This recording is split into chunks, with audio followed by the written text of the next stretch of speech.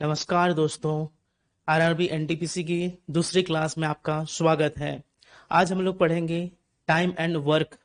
Time and work का लगभग 3 class रहेगा। टाइम एंड वर्क का लगभग 3 क्लास रहेगा। टाइम एंड वर्क का कितने क्लास रहेंगे?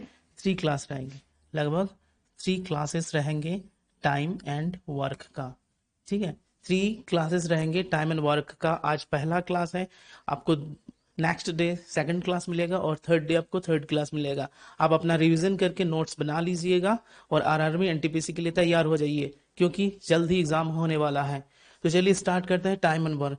टाइम एंड वर्क में आपको एफिशिएंसी वर्ड और टाइम, ये दोनों से रिलेशन करके आपको बताना होता है। तो चलिए शुरुआत करते हैं।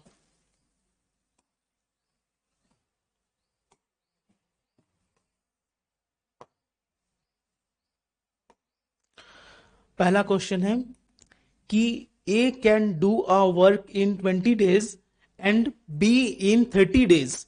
इन how many days can they do it together.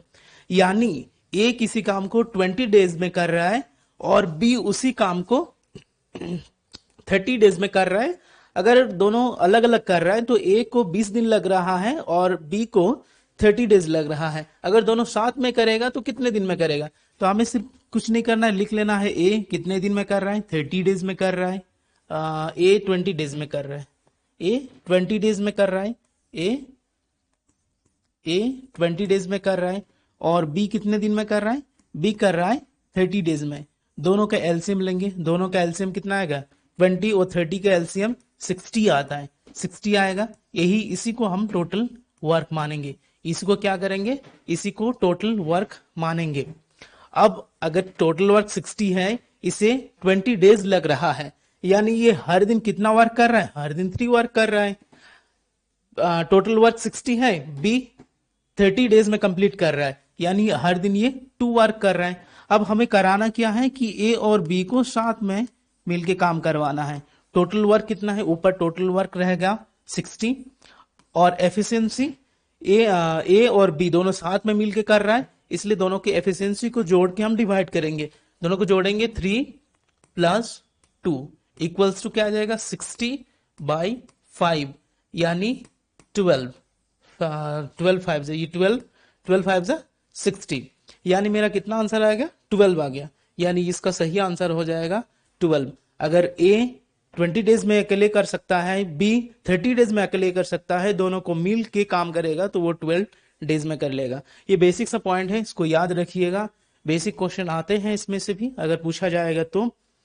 अब नेक्स्ट क्वेश्चन में मूव करते हैं। नेक्स्ट क्वेश्चन की A can do a work in 15 days। A अब अकेला 15 days में कर सकता है। In is 50% more efficient than A. B is 50% more efficient than A. अब आपको याद रखने वाली चीजें हैं कि अगर efficiency time equals to work by efficiency होता है। अगर दोनों एक ही काम कर रहे हैं, यानी मेरा वर्क क्या हो जाएगा? वर्क हो जाएगा कांस्टेंट और सिर्फ 1/E आ जाएगा। यानी जिसका एफिशिएंसी ज्यादा उसका टाइम कम, जिसका एफिशिएंसी कम उसका टाइम ज्यादा लगेगा। ये कंसेप्ट अभी याद रखना है। यानी दोनों एक दूसरे का क्या होगा? एक दूसरे का इनवर्सली प्रोपोर्शनल होगा। यानी दोनों एक दूसरे का इनवर्सली प्रोपोर्शनल होगा। अगर अगर किसी को कम टाइम लग रहा है यानी उसका एफिशिएंसी ज्यादा है, और जिसका एफिशिएंसी कम है यानी उसको टाइम ज्यादा लगेगा। अब इसी क्वेश्चन में इसी तरह से ही सॉल्व करना है।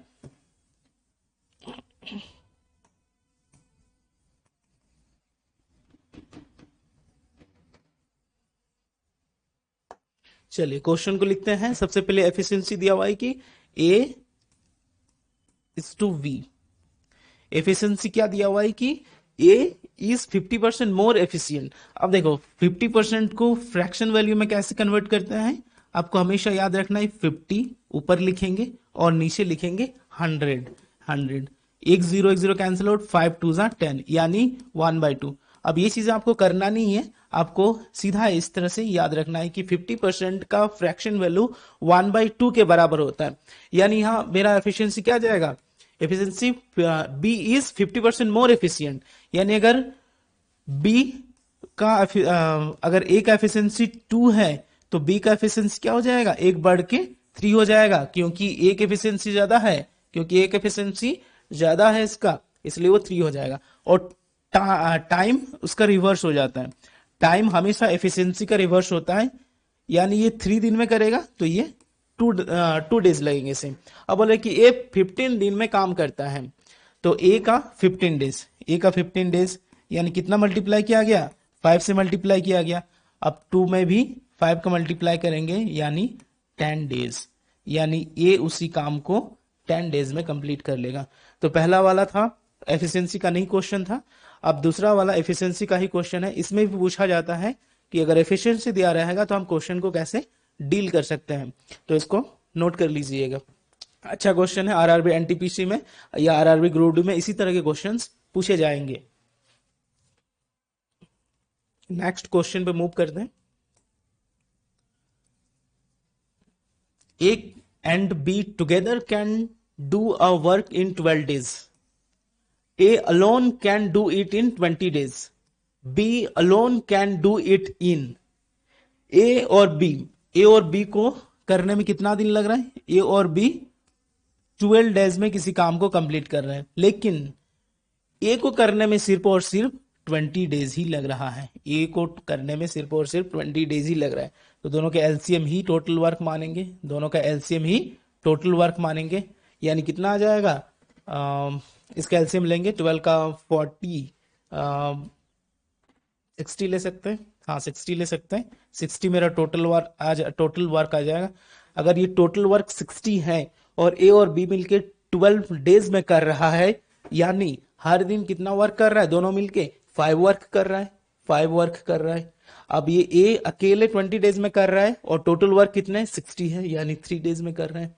यानी यहाँ पे ए का एफिशिएंसी कितना आ गया, ए का एफिशिएंसी आ गया 3, यानी यहाँ पे ए और बी का एफिशिएंसी आ गया 5, यानी बी का एफिशिएंसी क्या आ जाएगा 5 माइनस 3, यानी बी का एफिशिएंसी मेरा 2 आ गया। अब बोल रहा है कि बी अकेले कितने दिन में करेगा, यानी बी का एफिशिएंसी आ गया, तो बी इक्वल्स टू क्या जाएगा, टोटल वर्क कितना था 60, टोटल वर्क 60 था। अब बी का एफिशिएंसी कितना है, बी का एफिशिएंसी है 2, बी का एफिशिएंसी कितना है 2, यानी 2 से डिवाइड करेंगे तो कितने दिन में कंप्लीट हो जाएगा, 30 डेज में कंप्लीट हो जाएगा। तो यही मेरा आंसर है, दो ऑप्शन नंबर बी। तो अब देखिए, अब दोनों एक साथ काम कर रहा है और ए अकेले काम कर रहा है, इस तरह का क्वेश्चन भी पूछा जाएगा। आप नोट्स बनाइए, प्रॉपर नोट्स बनाइए, 3 क्लास दूंगा और उसी क्लास में से हर एक कंसेप्ट रहेगा और हर एक कंसेप्ट आ भी जाएगा, ठीक है, रिवीजन कर लीजिएगा।